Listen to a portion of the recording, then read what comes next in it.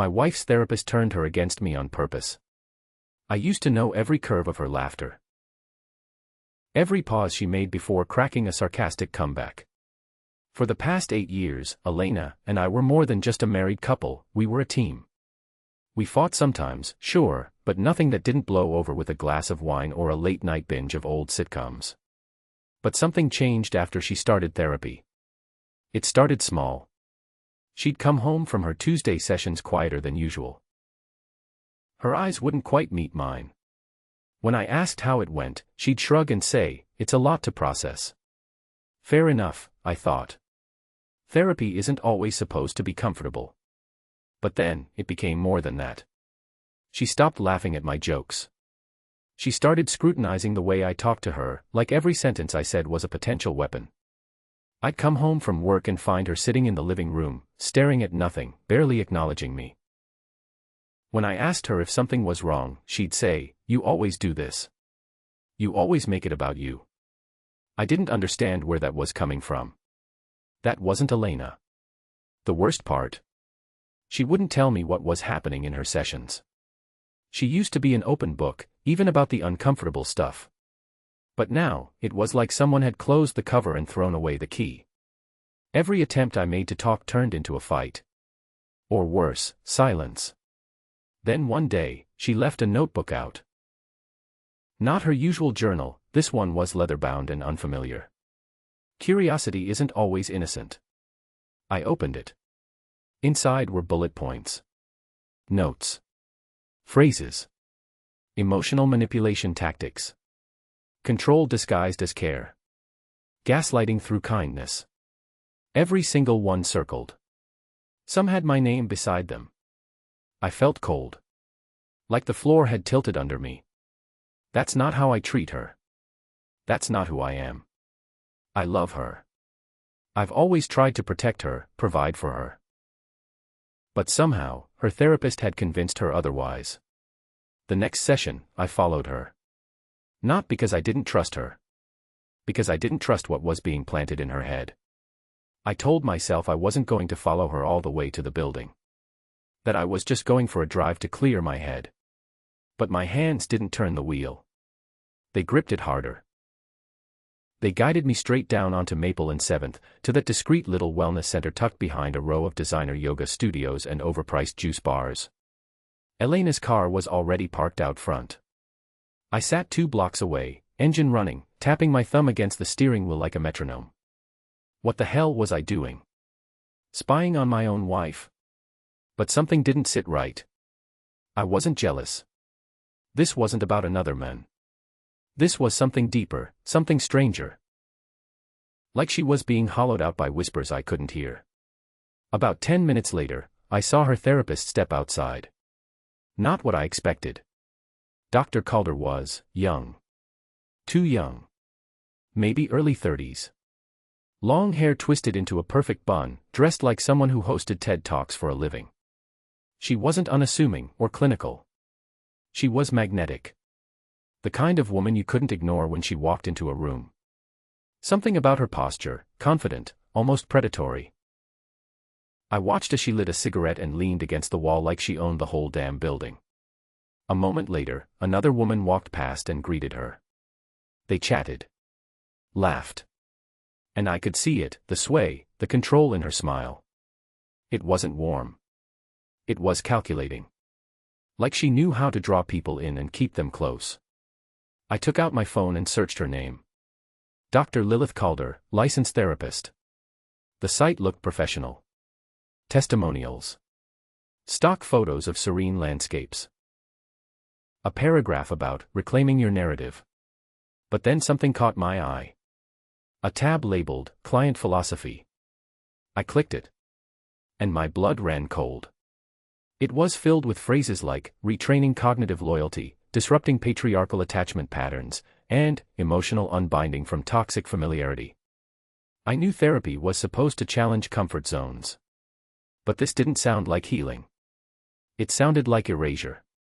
I scrolled further, and there it was, a line in bold. Sometimes, survival requires removing the rot, even when the rot looks like love. Jesus Christ. Was that how Elena saw me now? Back home that night, I couldn't focus. She was already in bed reading when I walked in.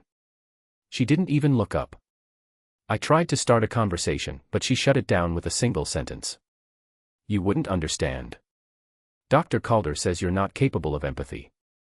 That hit me harder than I expected. Like a slap I didn't see coming. I sat on the edge of the bed, stunned. My throat dried out. Elena, I said quietly, do you actually believe that? She stared at me for a long moment before answering. I don't know what to believe anymore, she whispered. But I'm starting to think most of what I've felt was never really love. Just dependency. That's when I realized I wasn't losing her to another man. I was losing her to a narrative. One carefully crafted, session by session, by a woman who knew exactly how to cut away the parts of me Elena once loved. And I wasn't just going to sit back and watch it happen. The next few days were a balancing act, pretending things were okay while quietly unraveling everything behind the scenes. I started doing what I never thought I'd have to do in my marriage. I started investigating my own wife's therapist. I dug deeper into Dr. Calder. Her social media presence was carefully curated. Nothing personal, just quotes about self-worth, boundaries, and trauma. But something about it felt sterile, like it was designed to keep anyone from really knowing her. Like she wanted to erase herself, too. Then I checked forums. Psychology boards. Reddit threads. I searched her name in quotes with keywords like controversy, patient, license, abuse. And finally, something surfaced. It was buried in an old psychology blog, from over 5 years ago. A post about a young therapist in Oregon who was experimenting with unconventional relational practices that blurred professional lines. There were no names mentioned, but one comment stood out. Dr. Calder's methods aren't just radical, they're dangerous. My sister saw her for 6 months and ended up divorcing her husband, cutting off our family, and moving across the country. She doesn't speak to anyone now. Like she's under a spell. It hit me like a punch to the chest. I wasn't the only one. I copied the comment, archived the blog post, and began saving every trace I could find. I didn't know what I was looking for exactly, but I knew I needed evidence. Something tangible, something real, in case everything went to hell. Elena, meanwhile, was slipping away in real time. She was colder now, clinical even. She'd speak to me like I was a guest in her house, polite, distant, careful. Her texts were brief, always punctuated. No more smiley faces. No more love you on the way home. She started locking her phone, even around me. I confronted her one evening, nothing aggressive, just calm questions. How come you're always texting during dinner now? I'm journaling. Dr. Calder says it helps to process in real time. Couldn't that wait until after we eat together? Why does everything have to be on your schedule? That was her tone now. Always slightly accusatory, like I was interrupting a script she'd memorized too well. Later that night, I walked past the study and saw her sitting at her desk, headphones on, whispering into her phone. I paused. Listened. She was saying my name. Her voice was tight, almost rehearsed. I couldn't hear every word, but I caught enough to chill my spine. He doesn't even realize how manipulative he sounds. It's like everything he does is about control. I backed away from the door. I didn't want to eavesdrop. But Christ, was that really how she saw me now? I lay awake for hours, staring at the ceiling, my mind racing through years of memories. Did I ever control her? Was I blind to something? Or was I watching the person I love being systematically turned against me?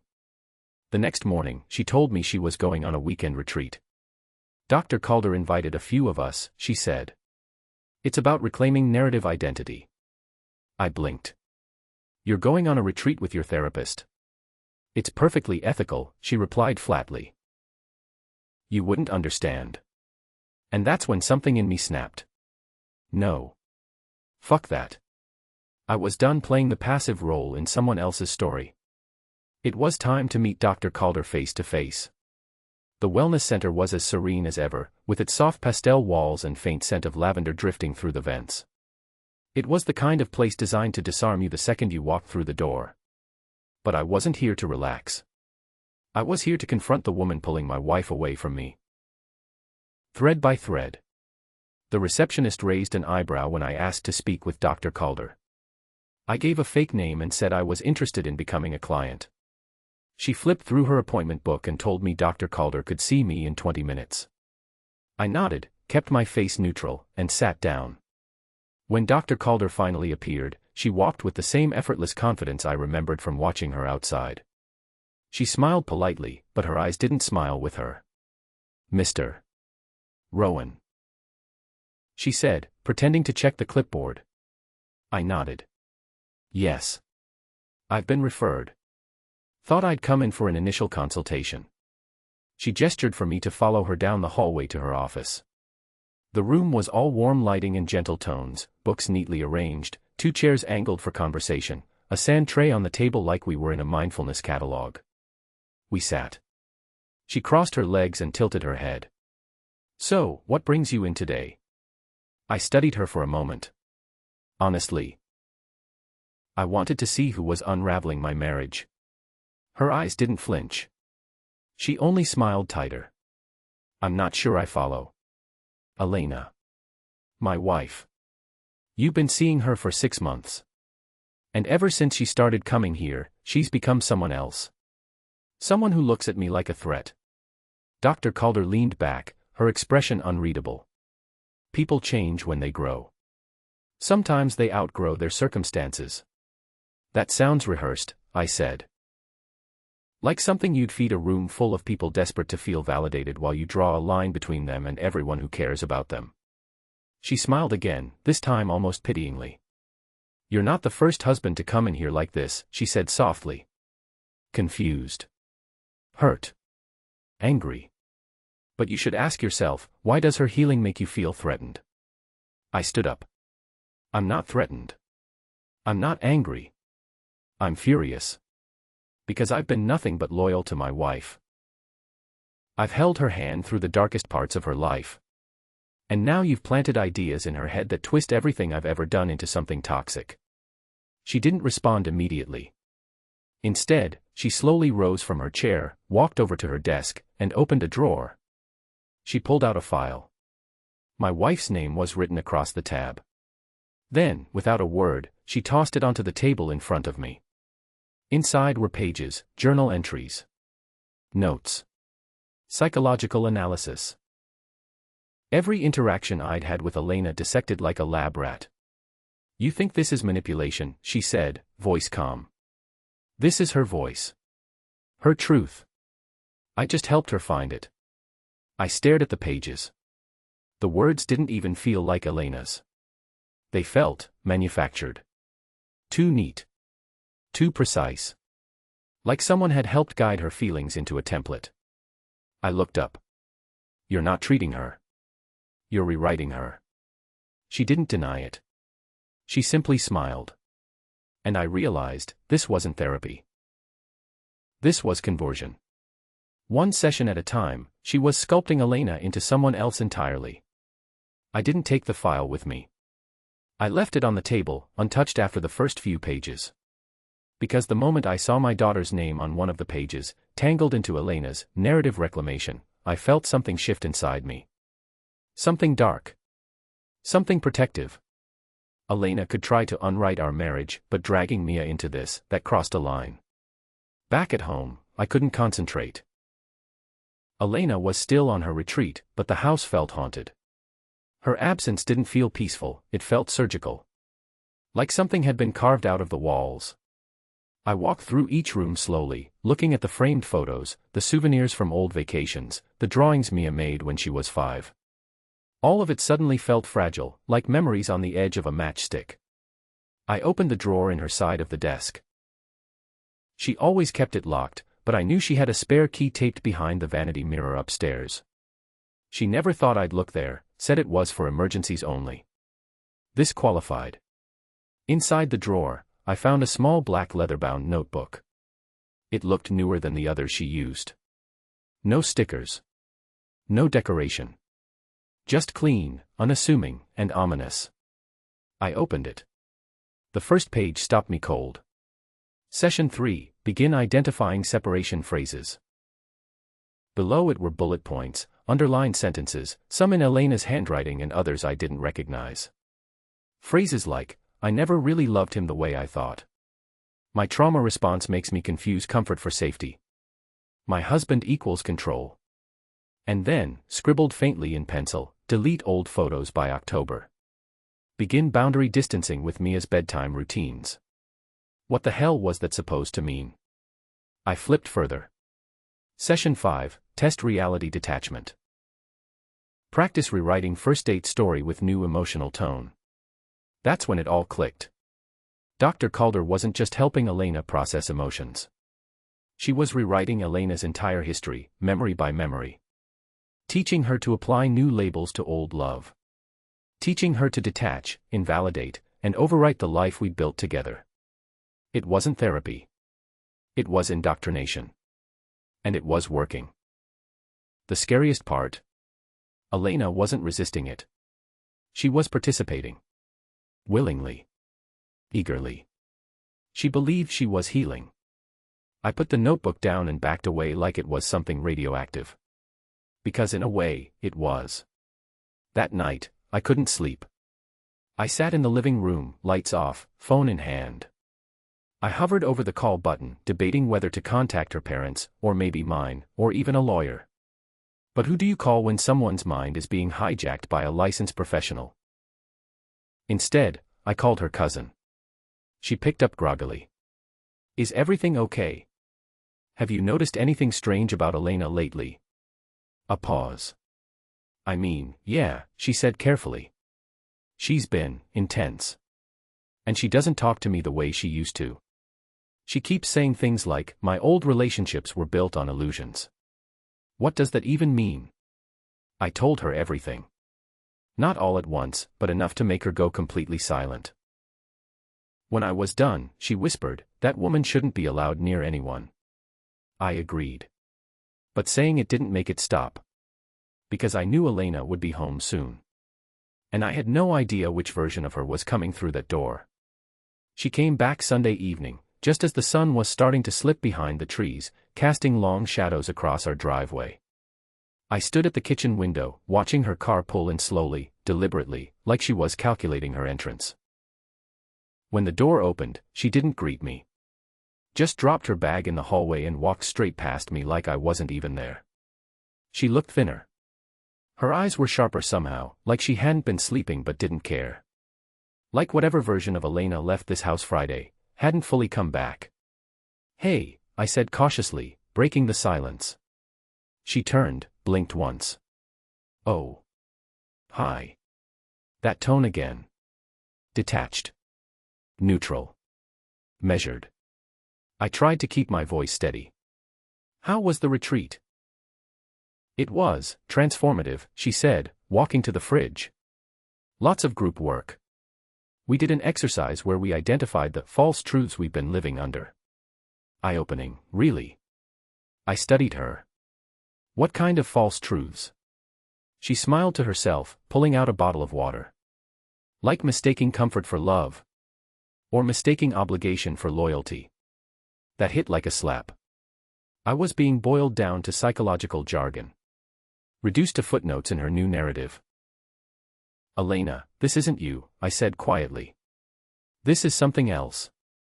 Something Calder's doing. I read the journal. I saw what she's coaching you to say. Her smile vanished. You went through my private things.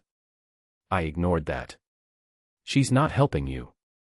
She's manipulating you. That journal isn't healing. It's programming. She's rewriting your past. She set the water down, hard. You're twisting things now because you can't handle the truth, she snapped. Dr. Calder didn't rewrite anything. I'm just finally seeing clearly. You controlled everything. My time. My energy. My identity. No, I said, voice rising. I supported you. I worked myself to the bone so you could stay home when Mia was little, so you could go back to school, so we could build this life. And now you're telling me it was all abuse. It wasn't real, she said. None of it. It was survival. And I'm done surviving. We stared at each other across the kitchen. Two people who once shared everything, now divided by words they couldn't take back. Then she said it. I'm moving out. There was no emotion in it. No tears. Just a line, like it had been rehearsed. And I want full custody of Mia. My breath caught. Elena. No. Don't you dare bring her into this. You can leave me, fine. But you will not twist her against me the way Calder twisted you. Her jaw clenched. I'm not the villain here. I didn't respond. I couldn't. Because I realized in that moment, I wasn't dealing with my wife anymore. I was facing a persona sculpted by someone else. The Elena I knew was buried beneath layers of rehearsed detachment, buzzwords, and borrowed pain.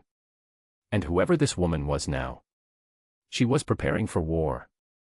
I didn't sleep that night. I lay on the couch staring at the ceiling, listening to the creak of floorboards above me as Elena moved through the house like a ghost.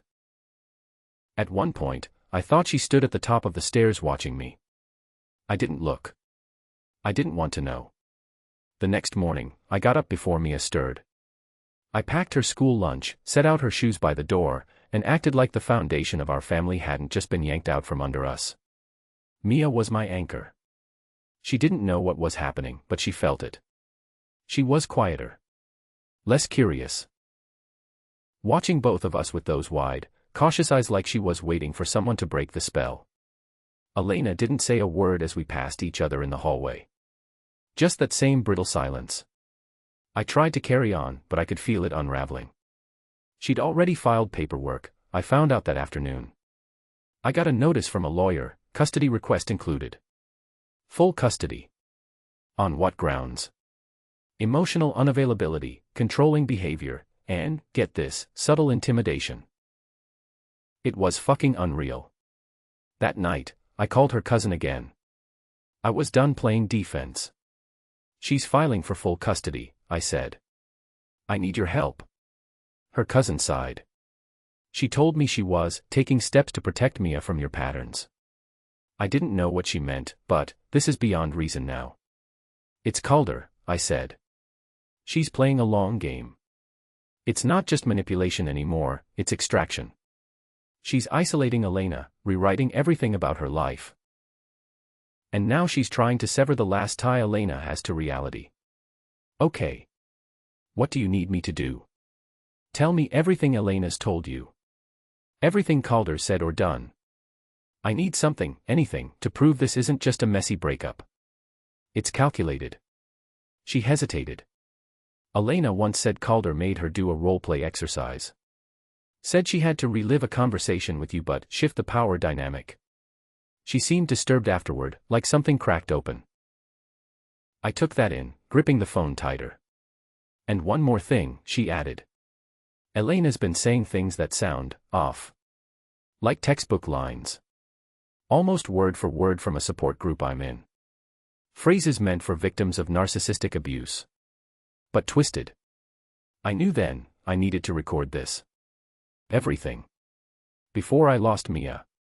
Before the narrative spun so far out of control that I became a villain in my own story. That night, after Mia went to bed, I confronted Elena again. This time recording the audio on my phone in my pocket. I asked her plainly, did Calder tell you to rewrite your memories? Elena didn't even blink. She helped me reframe them. It's called cognitive reframing. It's therapeutic. Even if the new version isn't true. It is true, she said. Because it's how I feel. Even if it contradicts every actual thing that happened. She narrowed her eyes. What are you doing? Are you recording this? Fuck. She saw right through me. She stormed out of the room, slamming the door behind her. I sat there, heart pounding, phone still recording in my pocket. This wasn't just a breakdown. This was a war for narrative. For reality. And I wasn't ready to lose. The next few days were a blur. I worked. I cooked. I parented. I smiled for Mia like everything was okay, while every minute I was spiraling inside. Elena barely spoke to me unless it was transactional, she needs to bring her raincoat, or I'll be home late. Everything else came through her lawyer. I started digging. I couldn't just stand there and let her burn down everything we'd built while I watched. First, I looked up Dr. Calder. Real name, Delilah Calderwood. Licensed therapist, PhD from a lesser-known online school, thin online footprint. Her practice had no office reviews, no testimonials, nothing beyond a basic site and a P.O. box. That alone was weird. Most therapists had something. Some record of actual human contact. Then came the kicker. I found an old forum post on a psychology watchdog site. Buried in a thread from 2 years ago. The title. Has anyone worked with Delilah Calderwood? My sister cut off our entire family after seeing her. My heart jumped. Another comment chimed in, same here. My partner went from wanting to fix things to claiming I was an abuser within 5 sessions. She encourages controlled exits. Weird cult-like language. I kept scrolling. There were 7 separate threads mentioning Calderwood. Different people. Same story. Therapy that led to family breakdowns, partner alienation, and total detachment from reality. This wasn't therapy. This was psychological sabotage. That night, after putting Mia to bed, I confronted Elena one last time. I laid the printouts on the kitchen table. She glanced at them, then back at me, her face unreadable. I know what she's doing, I said. And so do these people. You're desperate, she whispered. You're afraid of losing control. No, I snapped, voice finally cracking. I'm afraid of losing you to someone who's faking the job of helping you. Look at this. She's done this to others. This isn't healing, it's fucking mind control. That landed. For a second, I saw the mask slip. Just a second. She sat down, slowly, and stared at the printouts. She told me my marriage was the cage keeping me from my full self, Elena said softly. She said the discomfort I felt when I looked at you was my intuition. And what if that discomfort was from her planting poison in your head? I asked. What if none of this was real until she made it real? Silence. Elena stared at the paper. The edges of her confidence cracked. But only a little. I need to think, she said, finally. I don't know what's true anymore. It wasn't a victory. But it wasn't a loss either. That night, she didn't sleep in our room. She didn't pack a bag. She just wandered. Lost between 2 worlds. 2 weeks later, I got a letter from her lawyer. She was pausing legal action. No custody claims. No divorce filings. It didn't explain why. A day after that, she left the house with 2 duffel bags and didn't come back. Mia asked when she was returning. I didn't have an answer. The silence was unbearable at first. Until it wasn't. 3 weeks later, Elena's cousin forwarded me an email. Calderwood's license had been suspended. Someone had filed a formal complaint with documented testimonies, recordings, and forum excerpts, everything I had gathered. Someone, somewhere, took it seriously. I didn't know if it was Elena who filed the report, or one of the others. But Calderwood was gone. I found out later Elena checked herself into a wellness center upstate. Voluntarily. No contact. Just vanished. I don't know if she's healing. I hope she is. Mia still asks about her mom. I keep it gentle. She's getting better, I say. Because I'm still angry, but I'm not cruel. As for me, I'm rebuilding. Not just my life, but my sense of truth. I journal now. Not like Calderwood's bullshit reframing, but real journaling. Processing. Remembering what was actually mine and not someone else's fiction. And the scariest part of all this. How easy it is to rewrite someone. All it takes is a soft voice, a framed degree, and just enough pain to work with. The next time someone tells you therapy is always safe, remember this. Sometimes the real threat is the one behind the clipboard.